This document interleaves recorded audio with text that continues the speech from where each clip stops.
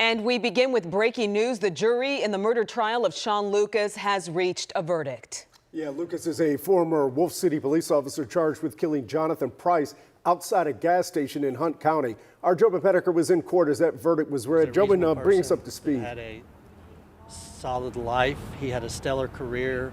He had a short career, but he'd done everything right in his entire life.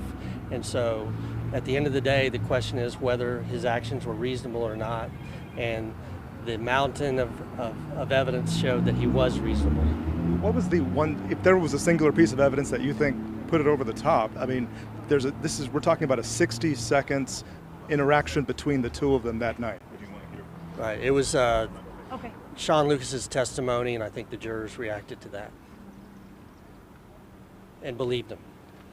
All right. Are you under the belief that Mr. Lucas or Mr. Price had reached for Mr. Lucas's taser in that moment? Well, the evidence, I believe the evidence shows that he reached for the taser and grabbed the taser. So, all right, thank you all. Thank you.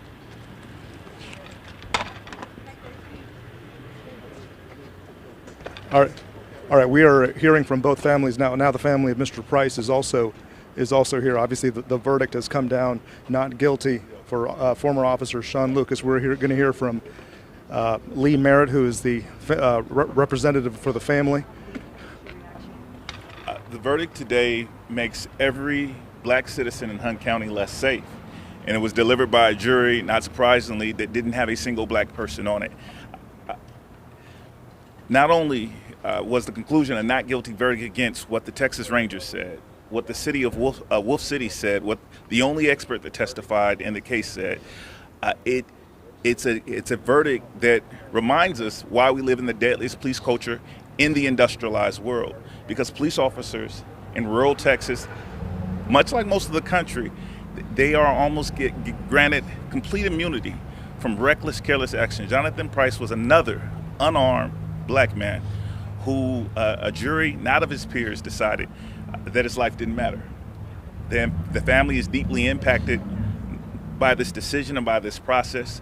We did speak with the county attorney, Nobi Walker, a moment ago, and we are gathering the evidence, the video evidence, all the evidence that we saw in the court today, and make an appeal to the Department of Justice and the Civil Rights Division to pick up criminal charges against Sean Lucas. So this is not the end of the story.